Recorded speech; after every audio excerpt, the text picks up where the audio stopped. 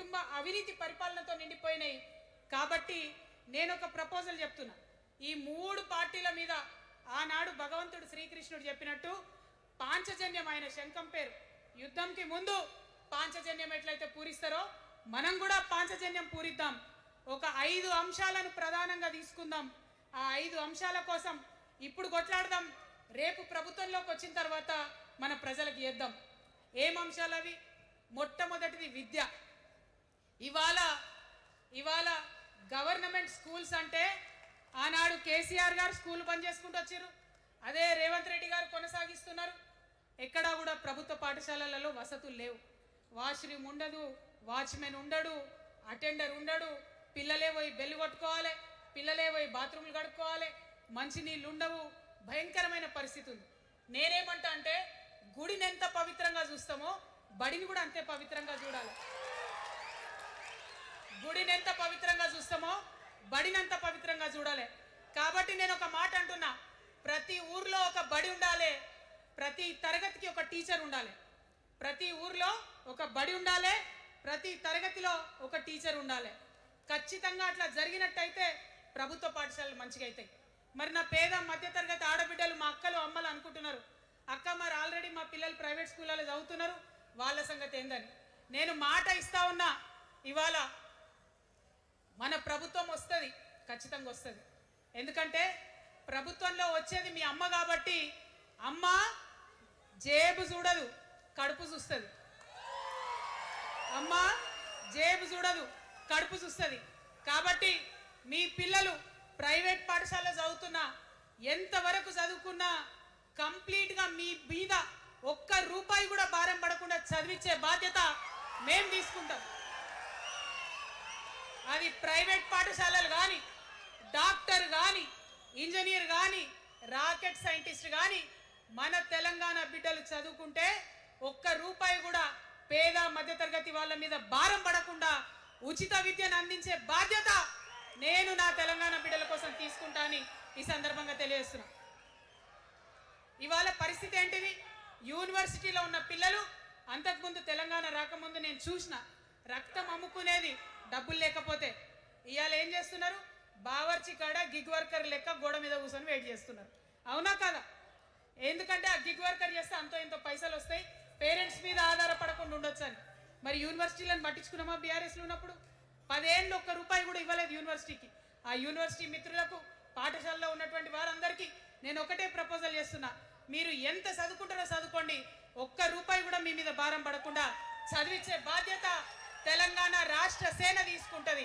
Private పాఠశాలలు కూడా బాగుంటాయి, ప్రభుత్వ పాఠశాలలు కూడా బాగుంటాయి, కానీ భారం తల్లిదండ్రుల మీద పడదు. అది మీ అమ్మ ప్రభుత్వంలో జరగబోతుందని, మీ తల్లి ప్రభుత్వంలో జరగబోతుందని మీకు మాటిస్తా ఉన్నా. సెకండ్, మనకేమవుతుంది? మన తెలంగాణలో పేద మధ్యతరగతి ప్రజలకు ఏమవుతుంది? ఎవరన్నా ఇంట్లో రోగం వస్తే, ఒక యాక్సిడెంట్ అయితే ఇల్లు గుల్లవుతుంది. అందుకే ఆలోచన చేసి వైద్యం గురించి ఒక నిర్ణయం తీసుకున్నా. మన రెండో అంశం పాంచజన్యంలో వైద్యం కోసం అనేక అగచాట్లు పడుతున్నారు, అనేక ఇబ్బందులు పడుతూ ఉన్నారు. నేను ఒకటే మాట ఇస్తా ఉన్నా, ఏ రోగమన్నా రాని, ఎంత పెద్ద హాస్పిటల్ అన్నా కానీ, మన తెలంగాణలో మన జబ్బు ఎక్కడ తగ్గుతుందో అక్కడ మీ జేబులకెళ్ళి ఒక్క రూపాయి ఖర్చు కాకుండా ఉచిత వైద్యం అందించే బాధ్యత మేము తీసుకుంటా ఉన్నాం. ఉచితంగా విద్య ఇచ్చి, ఉచితంగా వైద్యం ఇచ్చినాక నా తెలంగాణ బిడ్డల మీద నాకు నమ్మకం ఉంది. మనం కష్టపడే బిడ్డలం, మీరే పైసలు సంపాదించి ఇస్తారు, మీరే రాష్ట్రాన్ని ముందుకు తీసుకుపోతారు. అవునా కదా? ఉచిత విద్య, ఉచిత వైద్యం మన 2 అంశాలు పాంచజన్యంలో. మూడవది వ్యవసాయం.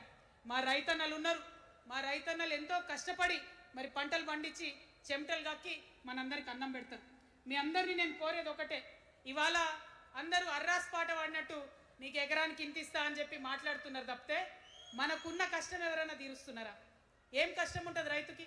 భూమి కష్టం ఉంటుంది, చెప్పుకోవాలి. భూమి మీద దాని ఇబ్బంది ఉంది. ఎంఆర్ఓ ఆఫీస్కి పోతే మనని ఎవడన్నా రాణిస్తాడా? మాట్లాడతాడా? నీ దోతి బాగలేదు, నీ అంగి బాగలేదు, నీ కాళ్ళకు మట్టి ఉండే, నీ చెప్పులకు మట్టి ఉండే, రానియరు. అదే సూటు బూట్ వేసుకొని ఎవరన్నా వస్తే ఏం చేస్తారు? పిలిచి కూర్చోబెట్టి, చేంబర్లో కూర్చోబెట్టి, చాయ్ ఇచ్చి, కాఫీ ఇచ్చి అన్ని పనులు చేసి పంపుతారు. మన ప్రభుత్వం రాబోతా ఉంది. ఆ ప్రభుత్వంలో రైతే రాజు అనేటటువంటి నినాదాన్ని నిజం చేస్తాం. ప్రతి ఆఫీస్లో, అది ఎంఆర్ఓ ఆఫీస్ కానీ, కలెక్టర్ ఆఫీస్ కానీ, ప్రతి ప్రభుత్వ ఆఫీస్లో నేను రైతునని పోతే సపరేట్ కౌంటర్ ఉండాల్సిందే, కుర్చీ మీద కూసబెట్టాల్సిందే, మీకు పని చేసి పెట్టాల్సిందేనని ఈ సందర్భంగా నేను తెలియజేస్తా ఉన్నా. నేను రైతునని గర్వంగా చెప్పుకునే విధంగా మేము పరిపాలన చేస్తాం. అది కాకుండా మిగతా ఏదైతే టైంకి రావాల్సిన కరెంటు, ఇప్పుడు రేవంత్ రెడ్డి గారి దయ వల్ల మళ్ళీ రాత్రిపూట కరెంట్ వస్తుంది. అట్లా ఉండదు. రేపు మన ప్రభుత్వం వస్తుంది, టీఆర్ఎస్ ప్రభుత్వం వస్తుంది. వచ్చినాక 24 గంటలు నాణ్యమైన కరెంటు, పొద్దుటిపూట కరెంటు, రైతులకు ఉచిత కరెంట్ ఇస్తాం. అదేవిధంగా యూరియా కావచ్చు, కొనుగోలు కేంద్రాలు కావచ్చు, మీరు ఎక్కడ పోయి అడగాల్సిన అవసరం లేకుండా అన్నీ మీ దగ్గరకు వచ్చేటట్టు చేస్తాం. మరి అనేక అంశాలు ఉన్నాయి రైతుల గురించి మాట్లాడేటి. ఇప్పుడు ఎంత గోసపడుతున్నారో తెలుసు. ఒక్కొక్కటి మాట్లాడుకుంటూ వెళ్దాం. రైతుని రాజుని చేసేది నినాదంగా ఉండే దాన్ని నిజం చేస్తామని మాత్రం మీ చెల్లెగా సోదరిగా నేను మీకు మాట ఇస్తా ఉన్నాను. ఇక 4వ అంశం ఉపాధి. మనకి ఇక్కడ చాలా యూత్ ఉన్నారు. మిమ్మల్ని అందరూ నేను ఒక మాట చెప్తా ఉన్నా, ఒక మాట అడుగుతా ఉన్నా. ప్రతి ప్రభుత్వం ఏం చెప్తుంది? ప్రతి ప్రభుత్వం స్వతంత్రం వచ్చినప్పటి నుంచి ఇప్పటి వరకు ఏం చెప్తారు? ఉద్యోగాలు ఇస్తాం, ఉద్యోగాలు ఇస్తాం, ఉద్యోగాలు ఇస్తాం. అవునా? అసలు నాకు మాట తెలియక అడుగుతా. ఒక యువ మిత్రుడు ఉంటే, ఒక యువతి ఉంటే, నేను వ్యాపారం చేసుకోవాలనా, నేను ఉద్యోగం చేసుకోవాలనా, నేను కళారంగానికి పోవాలనా, నేను ఇంకోటి కావాలనా అనే స్వేచ్ఛ నాకు ఉండాలి కదా, నాకు ఉండాలి.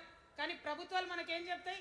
నువ్వు ఉద్యోగం చేయి, 9 to 5 ఉద్యోగం చేయి, బానిస బతుకు అనేటటువంటి కండిషనింగ్ చేస్తూ ఉన్నాయి. ఇప్పుడు చాలామంది యూత్తో నేను మాట్లాడినా, నాకు ఒక మాట చెప్తా ఉన్నారు. అక్క, మా పరిస్థితి ఎంత ఘోరం ఉందంటే బయట ఉద్యోగం దొరుకుతలేదు చదువుకున్న చదువుకి. మా అమ్మ సెల్ఫ్ హెల్ప్ గ్రూప్లో ఉండి ఆమె 2 లక్షల రూపాయలు తీసుకొచ్చి ఇస్తే నేను బండి కొనుక్కోవాలి.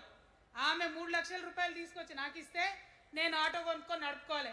వయసు వచ్చిన కొడుకుని, వయసు వచ్చిన బిడ్డని తల్లి దగ్గర చేయి జాపాలంటే నామోష్ అనిపిస్తుంది అక్క అని అనేక మంది చెప్పారు.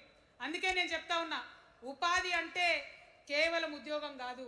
ఉపాధి అంటే మన ప్రభుత్వంలో, రేపు రాబోయేటటువంటి మీ అమ్మ ప్రభుత్వంలో 2 లక్షల రూపాయల నుంచి మొదలు పెడితే 20 కోట్ల రూపాయలకు కూడా మనము మీ వ్యాపారానికి సంబంధించిన ఐడియాతో మీరు వస్తే బ్యాంకులతో సంబంధం లేకుండా నా యువకులను, నా యువతులను నమ్మి ఆ లోన్ డైరెక్ట్గా మీకు ఇవ్వడం జరుగుతుంది.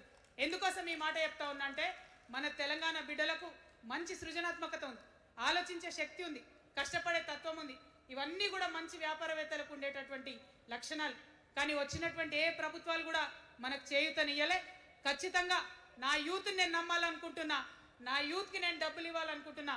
వాళ్ళ చేతిలో డబ్బులు పెట్టి వాళ్ళు ఇంకెంత సంపాదన నా తెలంగాణ రాష్ట్రానికి ఇస్తారో చూడాలని నేను అనుకుంటున్నా. యూత్ ఎంపవర్మెంట్ గ్రూప్స్ తయారు చేస్తాం. 2 lakhs to 20 crores వరకు డైరెక్ట్గా గవర్నమెంటే ఉండి మీకు లోన్స్ ఇస్తాం. మరి ఉద్యోగం చేయాలనుకునే యూత్ ఉంటే నేను ఒక శుభవార్త చెప్తా ఉన్నా. బాగా లెక్క పెట్టినాం. మీకు తెలుసు, నేను ఏది స్టడీ చేయకుండా చెప్ప, ఆగమాగం మీద అసలే చెప్ప. నేను స్టడీ చేసిన దానికి ఏంటంటే, ఎవరైతే ఉద్యోగం చేయాలనే యూత్ ఉంటారో వాళ్ళకి మొదటి సంవత్సరమే మన గవర్నమెంట్ వచ్చినాక 4 లక్షల ఉద్యోగాలు ఒక్కటేసారి సింగిల్ నోటిఫికేషన్ తోని ఇచ్చి తీర్థం. ఇది నా మాట, ఇది నా మాట. నేను